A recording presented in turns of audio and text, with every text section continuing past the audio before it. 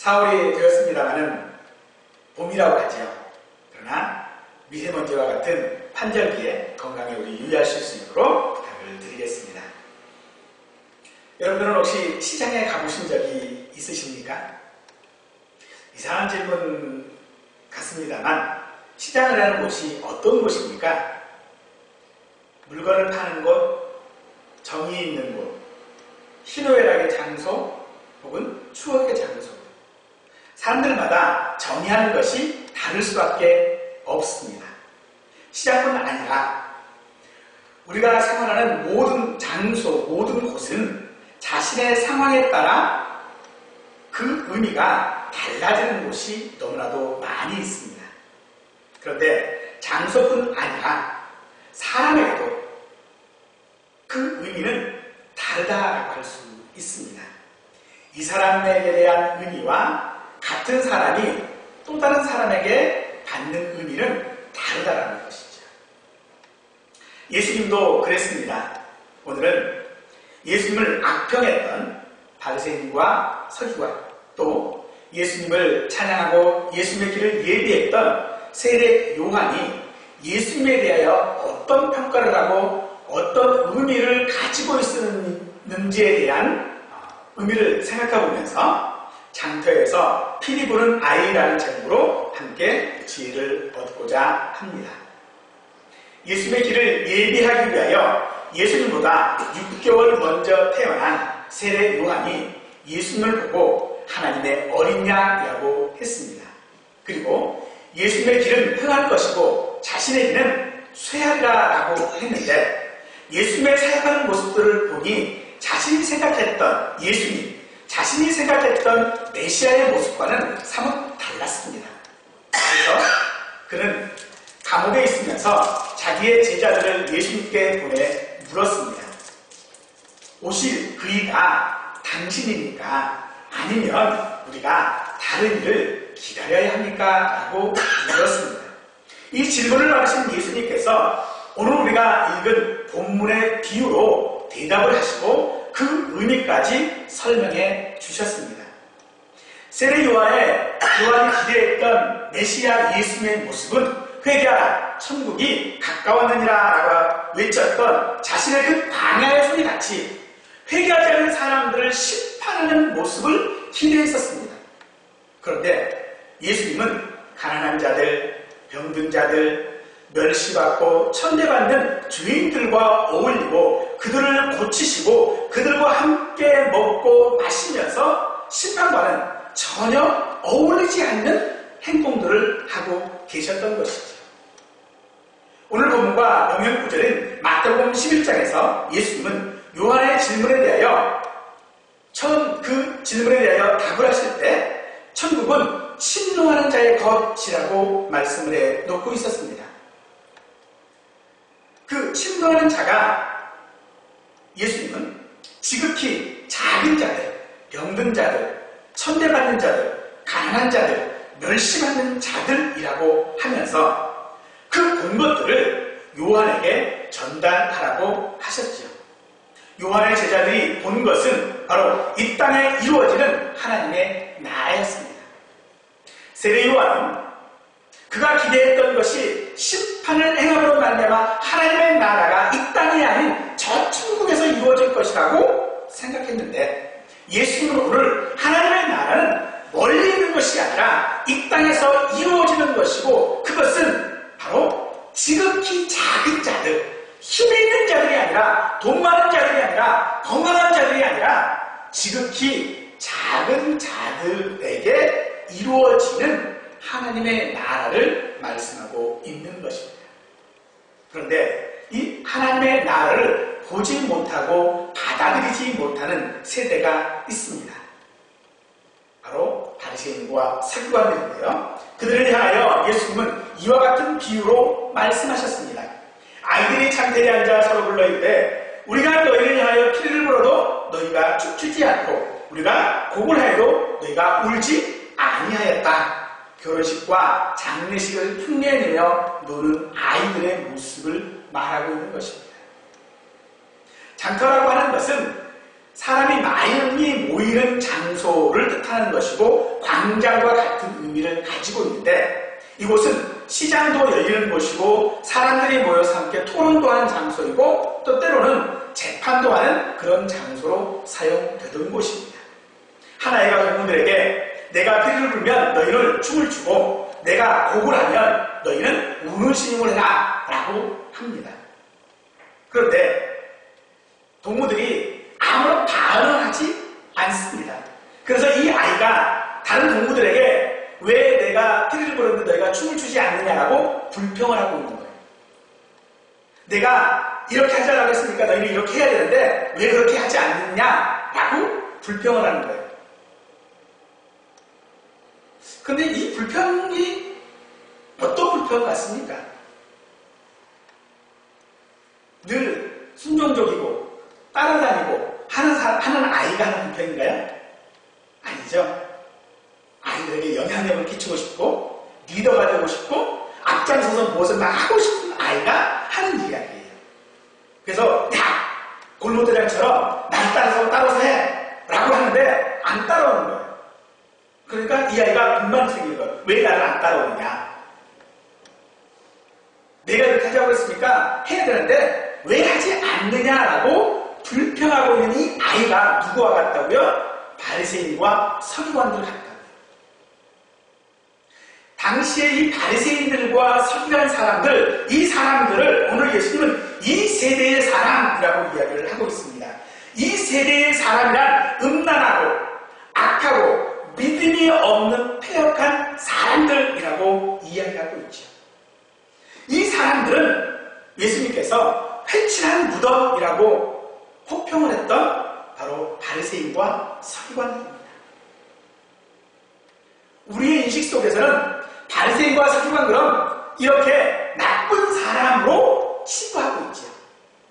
사실 그런데요, 당시 이 사람들은 나쁜 사람들이 아니었습니다. 오히려 당시에 대제사장들보다 더 존경받던 사회의 지도자들입니다. 그들은 지식인들이고 그 사회의 리더였습니다. 이들은 율법에 능통할 뿐 아니라 하나님에 대하여 너무나도 잘 아는 사람들이었습니다. 한마디로 이야기하면 하나님의 나라에 대한 전문가였다는 것입니다. 우리 시대에도 전문가들은 항상 존경을 받지요. 세월호가 침몰할 때에 대해서 많은 전문가들이 세월호가 왜 침몰했느냐라고 하는 것에 대하여 이야기한 적이 있습니다. 그들은 자기들의 전문적인 지식들을 동원하여 지금 침몰 원인에 대하여 많은 이야기를 했었지요. 전문가가 아닌 우리들은 그 이야기를 들으면서 아, 그렇구나, 그렇게 될 수밖에 없구나 하는 반응을 보일 수밖에 없는 것처럼 오늘 이 바리새인들과 서기관들이 백성들에게 무슨 이야기를 하면 그 이야기가 백성들은 그렇구나 하고 받아들이는 사람들이었다는 것입니다. 그런데 그렇게 받아들였던 자기의 이야기가 늘 백성들에게 말 그대로 좀 먹혀줬던 이 사람들이 오늘 불평을 하고 있는 거예요. 왜 내 이야기가 먹히지 않느냐라는 거죠. 그 불평을 그들이 지금 하고 있는 것입니다. 그리고 그 불평하는 그 사람들을 주님은 오늘 장태에서 불평하는 이 아이의 비유를 하고 있는 것이죠. 그들은 회개를 외치며 공의와 심판을 외쳤고 금욕적 생활을 강요했던 세례 요한에 대하여 비난하고 무시했습니다. 즉 곡해할 때에 곡하지는 않고 슬퍼해야 될 때에 슬퍼하지 않는 사람이라는 것입니다. 또 복음의 기쁜 소식을 전하신 예수님에 대하여서도 그들은 죄인들의 친구라고 비난을 했습니다. 그들이 예수님이나 세례 요한에 대한 이런 비난의 주된 용어들은 항상 먹고 마시는 것과 연관되어져 있는 것들을 우리가 오늘 본문을 통해 알 수 있지요. 먹고 마시는 것은 사람들에게 영향을 공급하는 수단입니다. 그러므로 그들이 이야기하고 있는 것은 영향력이라고 이야기해야 될 수 있는 것이죠. 즉 오늘 바리새인들과 서기관들 혹은 세례 요한이 예수님에 대하여서 그들이 어떤 평가를 하고 어떤 의미를 갖는 것은 예수님이 어떤 영향력을 끼치고 있느냐라고 하는 것을 말하고 있는 것입니다. 그 영향력이 바리새인과 서기관에게는 미치지 못하고 오히려 가난한 자들, 병든 자들, 천대받고 멸시받는 자들에게 예수님의 말씀이 영향력을 미치고 있었다는 것이죠. 그 예수님의 말씀이 백성들에게 영향을 미치고 나니 서기관들과 바리새인들의 말은 백성들에게 영향력을 끼치지 못하게 되는 것이죠. 그래서 그들이 불평을 하고 있는 것입니다. 그들은 백성들의 그 영향력을 미치지 못하기 때문에 불평을 했습니다. 왜 그들의 말에 영향력이 없어질까요? 그것은 바로 그들에게 지혜가 없었기 때문입니다. 잠언 3장 18절 말씀에는 지혜는 그 얻는 자에게 생명나무라 지혜는 가진 자는 복되다 라고 말씀하고 있는데 지혜는 그 가진 자에게 생명나무라. 생명나무가 어디에서 나오죠? 창세기 1장에서 나오죠. 자, 창세기 3장에서 나오죠. 창세기 3장에서 나오는 이 생명나무 그것이 무엇입니까? 바로 지혜라고 이야기를 하고 있는데 이 지혜라고 하는 말이 그들에게는 없었다는 것입니다. 오히려 그들이 가진 지식은 지혜가 된 것이 아니라 오히려 그들에게 화가 되었던 것입니다. 왜냐하면 말만 하고 증거가 없었기 때문에 그래요. 세월호의 전문가들이 여러 가지 이야기를 했었지요. 그런데 막상 세월호가 인양이 되어지고 보니까 그들이 말했던 증거가 거기에 없어요. 나타나질 않아요. 그들이 전문가라고 말하는 것이 오히려 화가 되었던 것인 것처럼 오늘 이 바리새인들과 서기관들도 분명 백성들에게 여러 가지 말들을 분명히 했어요. 그런데 그 영향력이 없어진 이유 바로 그들에게 지혜가 없다는 것입니다. 이 지혜라고 하는 말이 도대체 무엇입니까? 이 지혜라고 하는 말들을 성경에서 살펴보면 이것은 예수님에 대한 단어입니다. 이 지혜라는 말은 의인화된 단어인데요.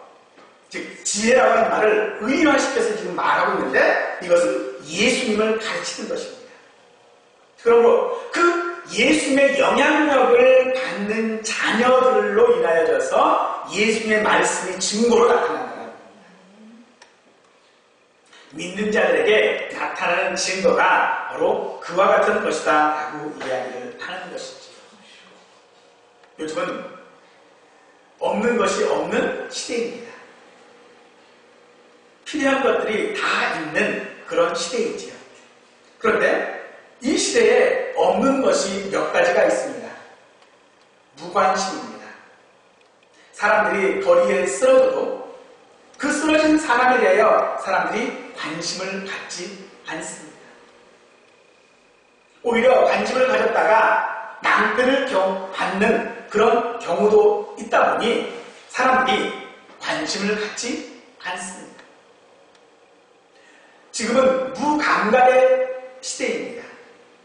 세월호의 유족들이 그 아픈 마음을 가지고 여러 가지의 일들을 행할 때에 왜 그들에게만 특혜를 주느냐, 왜 그 인양하는데 그 많은 돈을 들여야 하느냐라고 불평하는 사람들이 있는 것이죠. 또한 무의미합니다. 왜 공부하는지, 왜 예배해야 되는지, 왜 찬양해야 되는지 그 의미를 찾지 못한다는 것이죠. 또한 무기력한 시대입니다. 목표도 없고 목적도 없고 비전도 없습니다.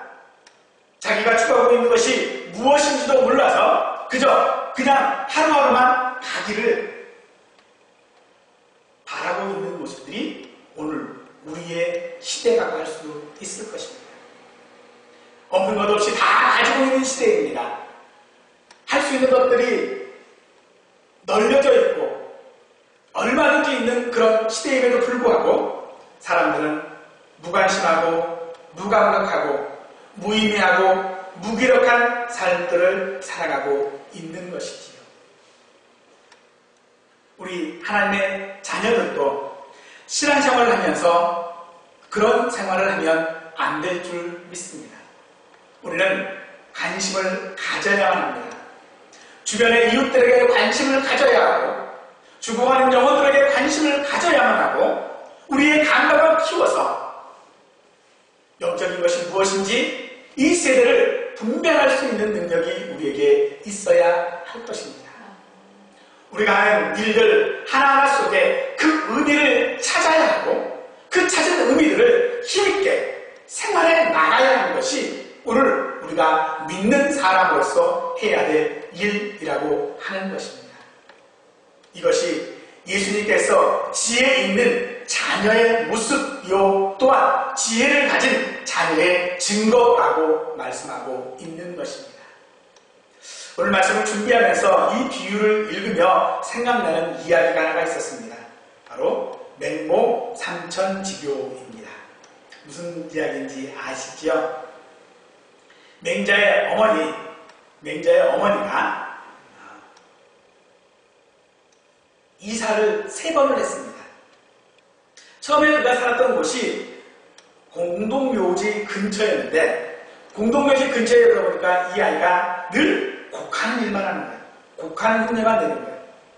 그래서 이사를 갔는데 시장역도 이사를 갔어요. 그랬더니 이번에는 장사꾼 흉내만 내고 있는 거예요. 골라 하면서 장사꾼 흉내만 내고 있는 거예요. 그래서 이제는 서당역으로 이사를 가게 되어졌는데 서당역으로 이사를 가니까 이 아이가 글을 읽고 공부를 하기 시작하는 거죠. 그래서 맹자가 될 수 있었던 것은 바로 그 어머니의 관심과 감각과 의미와 그리고 추진력이 있었기 때문이다 라고 이야기를 하고 있지요.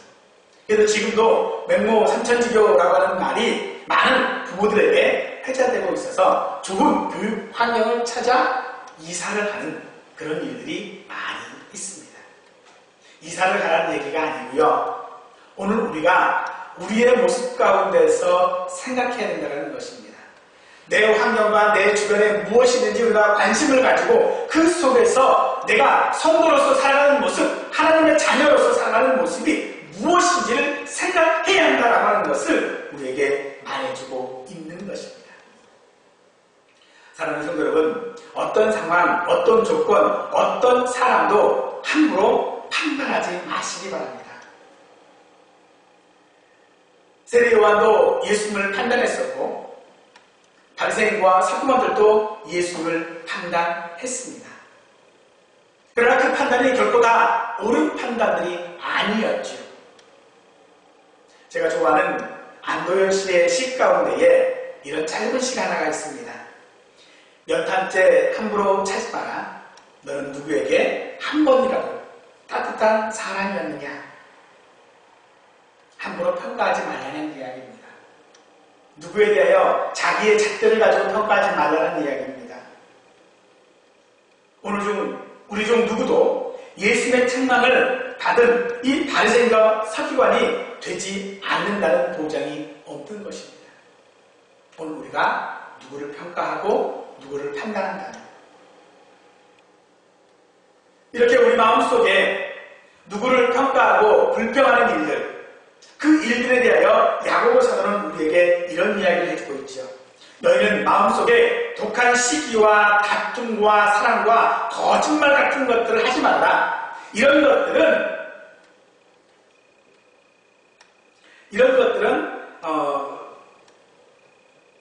위로부터 내려온 것이 아니다라고 이야기를 하고 있죠.